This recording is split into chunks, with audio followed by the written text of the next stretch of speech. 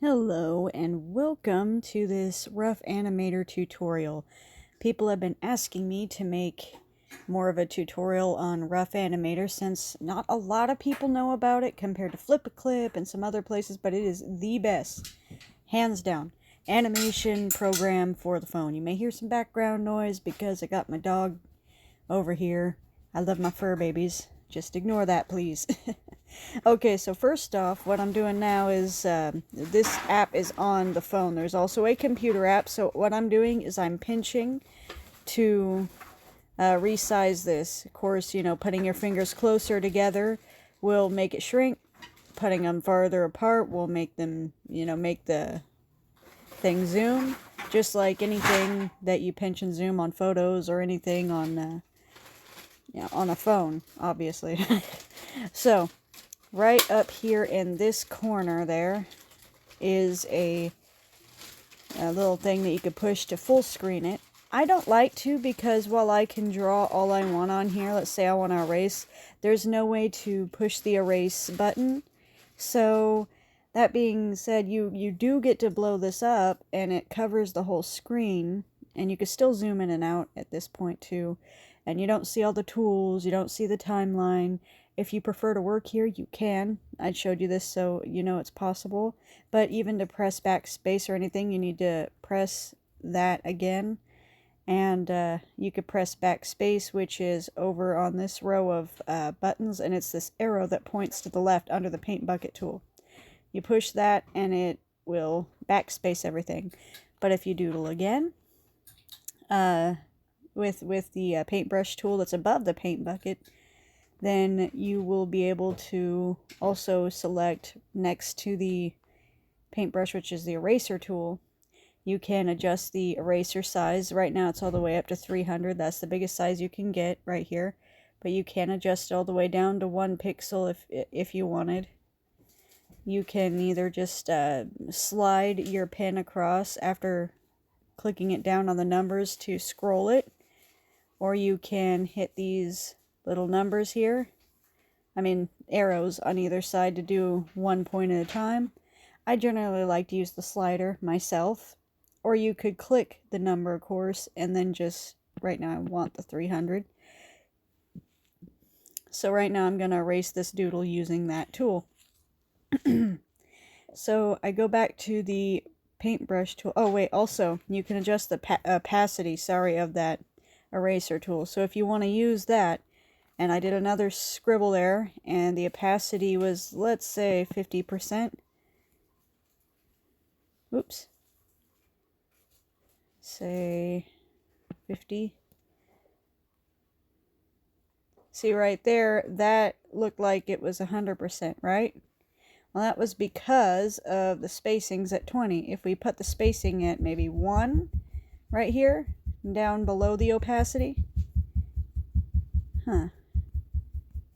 See, I don't know what's happening there. You know, I really never, tell you the truth, I never messed with the eraser tool there. Let me try this. Instead of 50, let's try 10%. Yeah, there we go. Now it's showing up. Maybe it's just my angle that I'm looking at right now. So if you drag it, for some reason, even at the spacing of 1, it'll be lighter, but it still will mostly erase everything. If you just tap it, I never used these settings. It just looked like it was possible. These things need to be improved on, in my opinion, because you can pretty much fully erase it using even that low setting. But I'm going to turn it back to 100 opacity because this is all I use it for, and turn this back to 20 because that's how it was originally set. And I'll use the eraser the way that I normally did. I just wanted to show you that and play around with it for your guys' sake, because a lot of people want to know that stuff. Right now, I have the brush size at 2 pixels. That's because at the setting I got it at, 1 is really small and choppy, and I don't know, I like the look of 2, but 3 starts to become bulky. I also like to use the fill tool right below the paintbrush tool, and I like to set fill expand to 2 pixels. And what that does is if it's at 0, I'm going to turn it to 0 here, and the fill expand is at the top underneath the little black square that shows the color I'm filling it with. If you click that square, you can select all these colors. I'm sure everybody's seen a color wheel there before. And let's fill it with orange. And you see that? Look at all those white squigglies there. Maybe that's because I used that eraser on a light setting, and even though I couldn't see it, that stuff's there. But let's do 2 pixels of expand. Ah, see, now you don't see that anymore. See, because it expands past the fill. Now, right now, this is on the same layer, so you could barely see the original line I drew. What if you want those lines to be nice and pronounced? So I'm going to press backspace, and I'm going to fill this in on another way, where it says under these settings, there's the 2 pixels, fill blur, 0, then underneath is tolerance right here. So what I'm going to do is go under it, and where it says samples this and above, I'm going to say samples.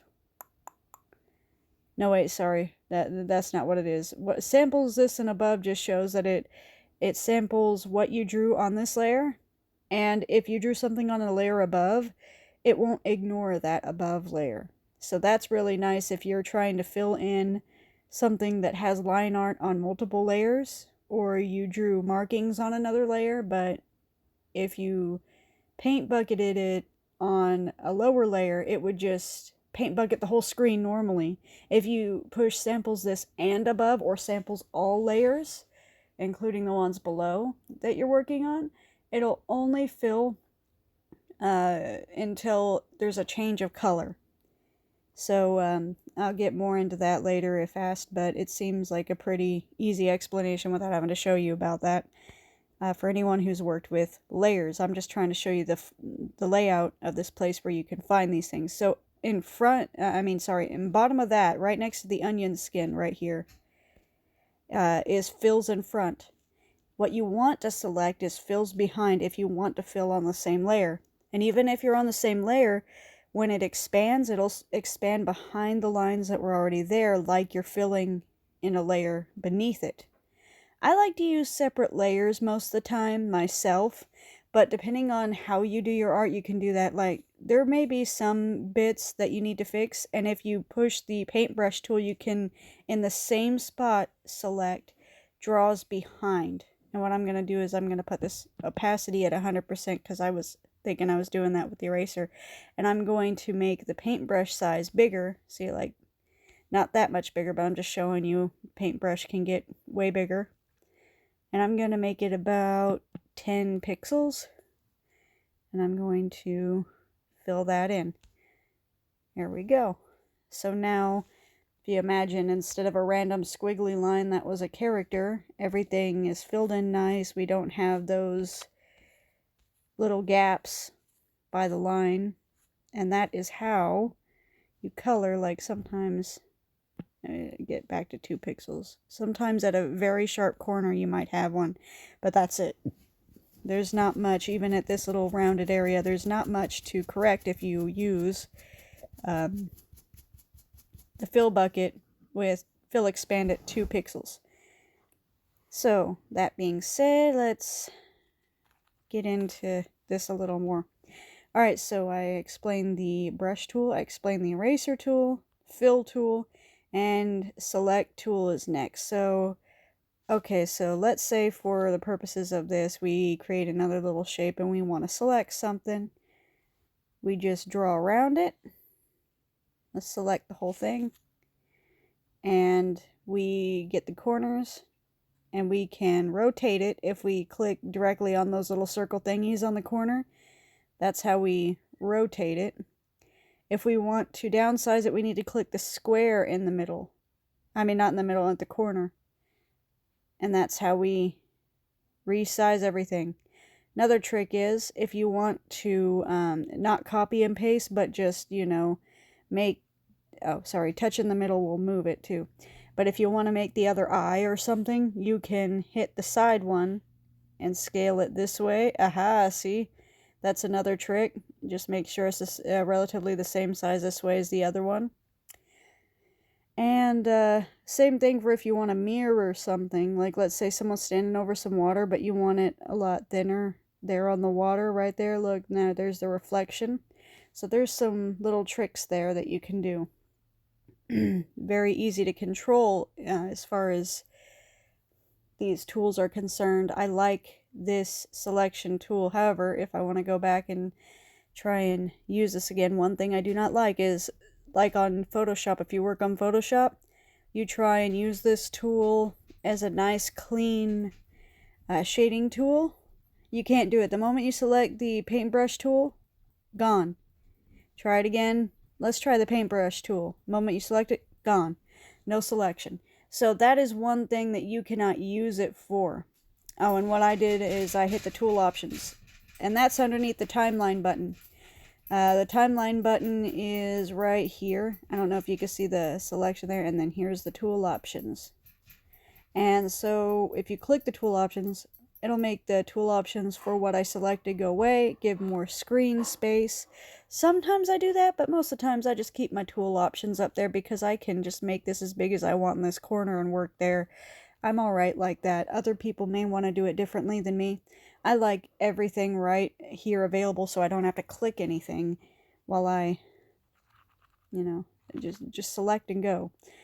So now that I have discussed all of these tools, I'm going to discuss the timeline.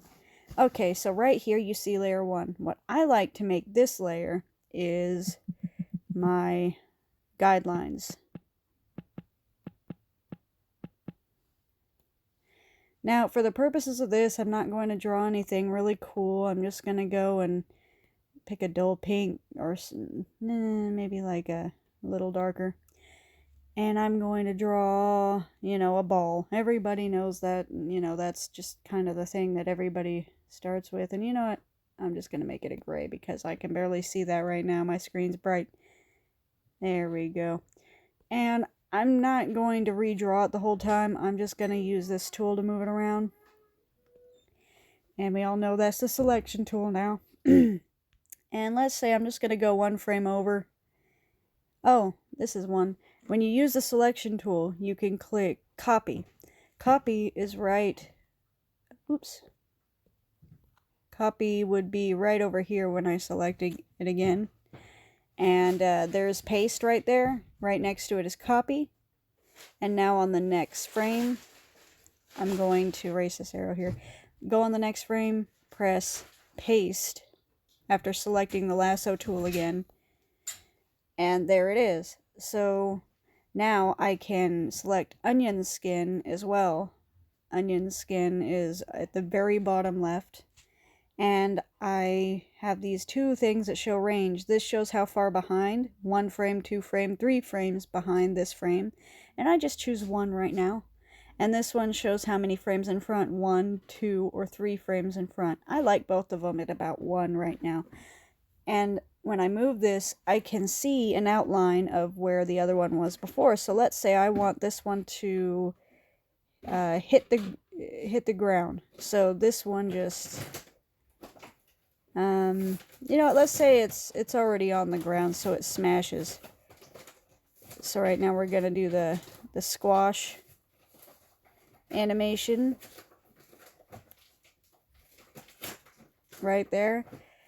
So now when it plays, we will have this.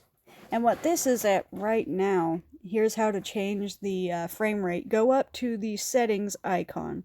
That's at the top left by the 3 lines.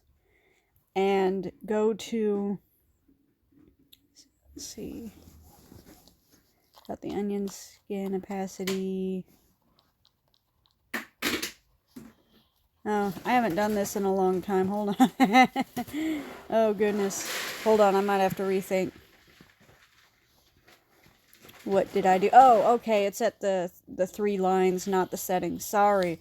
I would think it would have been at the settings. So scrap that last suggestion. It is the 3 lines at the very top left. Don't click the settings icon, which would make more sense to me. Click the 3 lines in the top left. and go to change frame rate. And right now I have it at 8 frames per second. A lot of times if you're doing good animation, you're gonna go 24 frames per second, maybe 30 frames per second. It can go up to 30 frames per second on here. I'm gonna leave it at 8 frames per second for this. And that is how fast this will go. So right now you can see that if we push play, this will just loop over and over again until you press stop. And we got a little squashy ball there. So let's add another frame. And press paste again because we copied that ball. Excuse me, and then that's what it's going to do. We're going to rotate this. And because it's going to bounce over here, we're going to make it long. Whoops. So reselect this. There we go.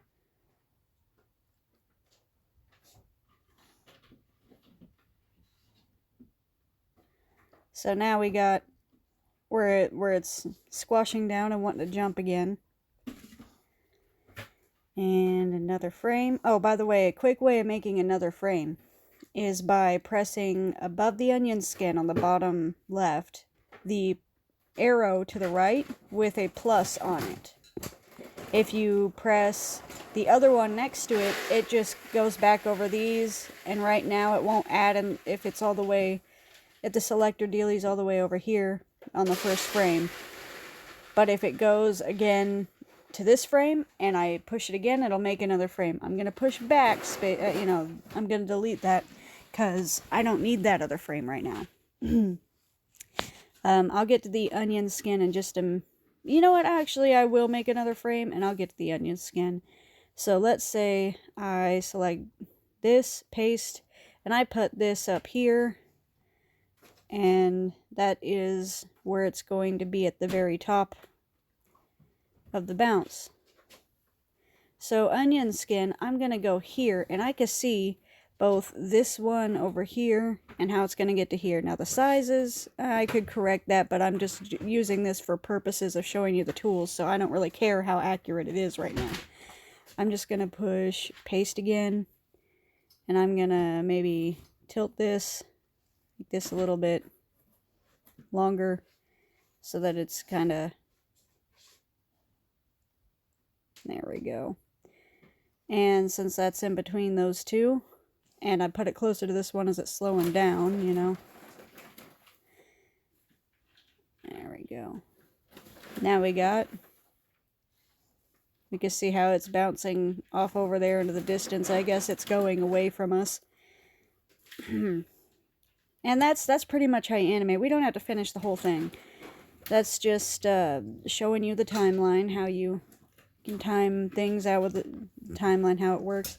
Here's different layers, I guess, you could use. So that's the guidelines. Let's say it's the lines instead. Let's just change it to lines because we're not going to make anything real detailed. Let's say we already drew over the guidelines. Everything's all fine. Everything's drawn out the way it needs to be. We need to make another layer. How do we do that? Alright, so up at the top left under the 3 lines, we got modify layers and add drawing. We're going to click on modify layers, and we're going to say add empty layer. Now there's a layer on top of that one. We're going to put it under it. We're going to call this color. And right now it only has one frame. What we can do is instead I could go back to before I even created this layer by pressing the back arrow that's under the paintbrush. And I'm going to go modify layers. And I'm going to, you can also duplicate the layer where all the lines are the same. I'm not going to show you that because that's obvious what it does. Duplicate layer timing to blank drawings. Now that is wonderful. No matter what you've done with the other drawings, if you want all your drawings to correlate to the other, you do that. And it's blank drawings, the same length as every one of these. You don't have to add new drawings. You know, they're just already added there to the same time length. I like that. So what I'm going to do is, you see these 2 arrows next to the layer's name? And I'm going to rename that to color right now. So you want to press down. And what that'll do is put it under lines. That's how you do the layers. That means that this will show under lines. I'm going to press the paint bucket tool and go and select samples this and this layer and above, so that it'll see the line on the above layer in lines. And I'm going to, it's already at fills behind, but even if you do fills in front, if it's an underneath layer, which I'd want to do because if you're drawing stripes or anything on it, you want it to fill in front too. That's just what I prefer to do. And let's select another color, I don't know, red or something. And let's dull it out a bit like that. And let's fill in that first frame, that second frame, that third frame, fourth, fifth. And now we got ourselves, oops, here's how you just delete one even if you don't want to press the backspace. You go up to the top bar and go over past the drawing duration, past independent, past drawing label, and I'll tell you about drawing label too. If you ever have a frame, you can name that exact frame to mark a space in your animation, and when you're on it, it shows you something that you want to do. And then there's delete drawing. Right there, just delete drawing. And you can also make a cycle, which means that sometimes you can make another drawing that you want to freeze. So let's say you want this first animation right here to go a little ways. You want to make this stay in place for some reason, like it's floating, I don't know. But you'd have to select both layers, this one and this one, to be able to control that. You want to edit multiple. Up in the very top right is the edit multiple button. You do that, and then you drag this little box down. Oops, it didn't do it that time. To the second layer there. See, now you can edit both of these. Now what you want to do is, you see down in the drawing duration, which is next to the top left, not the 3 lines, not the settings icon, it's drawing duration, right here where it says 1 frame. And you can change that. What is it doing here? Oops. Why is it not doing anything? Oh, is it because I selected both? Alright, so you could just do this way anyway. Let's say you want 20 frames. So you selected that frame and wanted it 20 frames. If you wanted it on this frame, you could do the same. But we're not going to do that. We're going to press the back arrow key, and we're going to go to the front one just like we did with this one. This is the first one. We're going to do 20 frames. And that's how long both of these are. So now we got this. We got it staying and then jumping. Now you see that? You can correct how long a frame will stay there in one position. I like that setting a lot. If you wanted to make a cycle, this is 1, 2, 3, 4. So let's say you wanted a cycle for 4. We're going to go to the arrow with the plus down near onion skin, excuse me. Go 1, and we're going to, let's just make this 22 for randomness. 20 long, and we're going to make this blank frame a cycle. Make a cycle. Now you see this box next to it? It shows that it's only showing the last 2 as a cycle. So what that would do is it would only show 2 frames. Right there. See that? That looks awful. Alright, what we want to do is we want to go to this thing where it says cycle in the green right here. We want it to go 4 frames. Now it looks like this. You see that? So if it was a full cycle of a bouncing ball or something, you would want to do that. Right now it just looks like crap, but I'm only showing as an example. Whatever part you want to cycle, you could do it with the bottom 2. So let's create one, make that 20 frames, and we're going to make cycle. And it's already 4 behind because it goes off of whatever last setting you set it on. So it's automatically like that. Now everything's colored. It's a nifty little tool. Excuse me. Last thing I'm going to show you is when you're out of the cycle and you're somewhere else on the timeline, you can control how much is played on the timeline.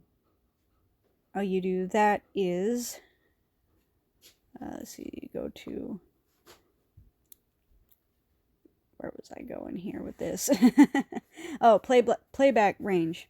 So playback range is located right up here in the corner. See where the button to do this is? Right next to that's the playback range. It shows how many frames we have right now because it goes from beginning to end from frame 1 to 44.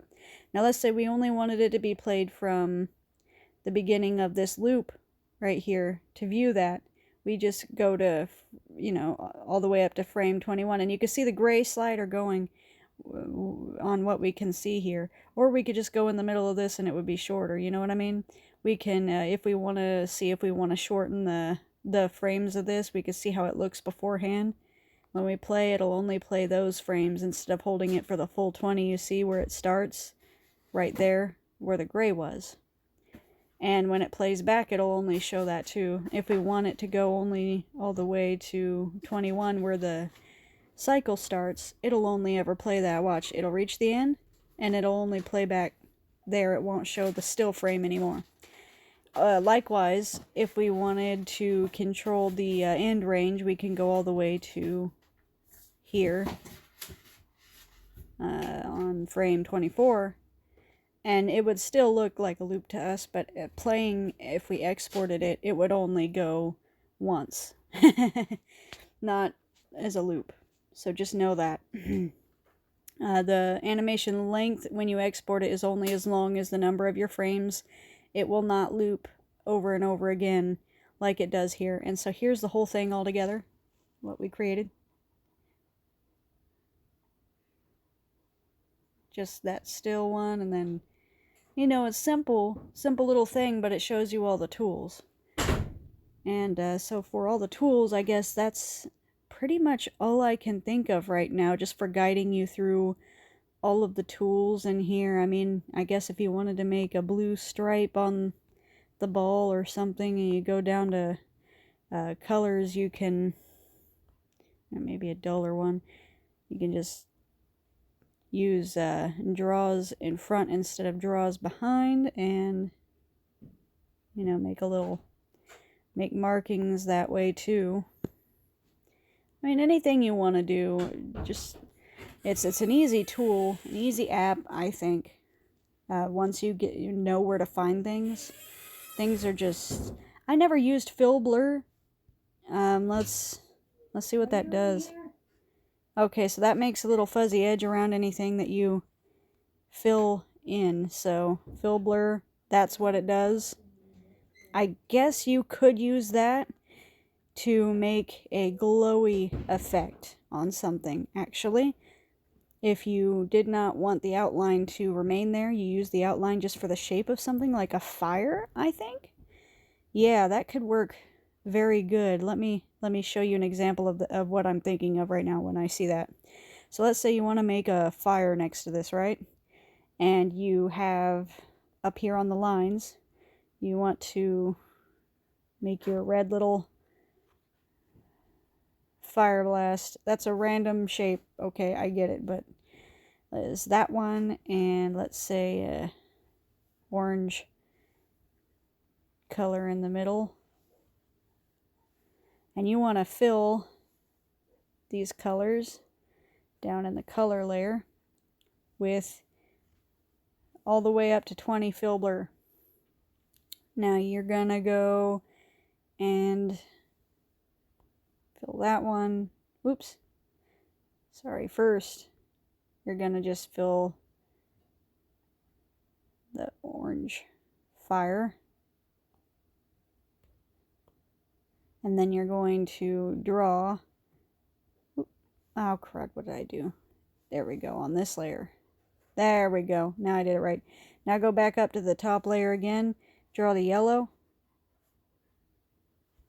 Now you're doing it this way because if you already had the other drawn, it would also blend in here, and then that would just look like crud. Now what we're going to do is we're going to go up here and erase the lines. Once we've erased the lines, you know, it's pretty blurry. So if you want to draw something blurry, you want to fill it in and it needs a blur, and I guess this is one way to do it. Otherwise, let's say that something needed a glow on it. Maybe something was in front of it, it just needed a glow. I don't know, maybe that could work too. I don't think that it's as cool as it should be for that kind of effect.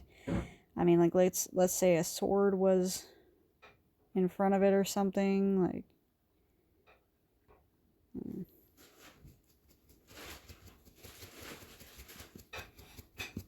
And I'm not gonna draw real pretty right now. Like...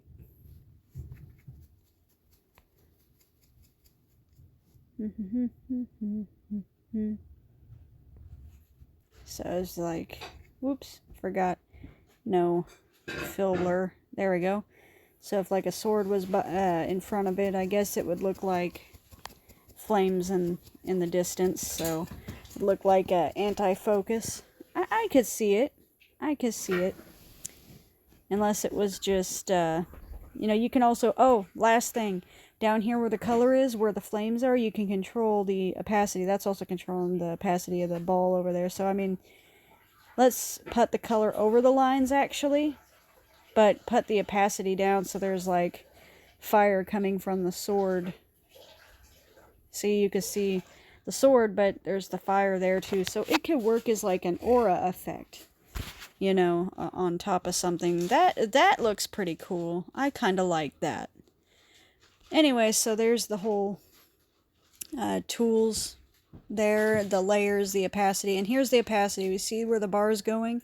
You select the layer opacity, and boom, you could put this under, it would go here. You move the arrow on, push the arrow to move it on top. There you go. I don't know what else to show for a basics in this, but I was requested by somebody to do a basics tutorial on Rough Animator, and I'm telling you, without me just randomly blocking things in real quick, this can get really, really advanced. Really good stuff.